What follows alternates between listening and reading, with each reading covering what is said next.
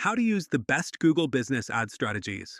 In today's digital world, leveraging Google Business ads effectively can set your business apart and drive significant growth. Let's dive into the most impactful strategies to optimize your Google Business ad campaigns. First, understand your audience.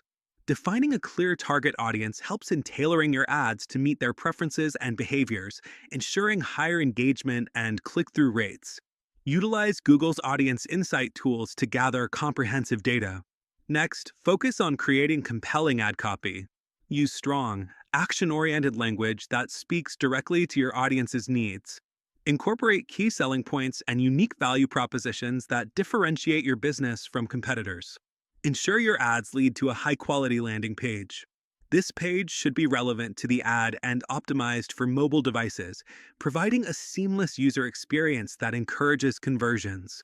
Utilize ad extensions to provide additional information such as location, phone numbers, or links to specific services or products. This not only increases the visibility of your ad, but also enhances its effectiveness.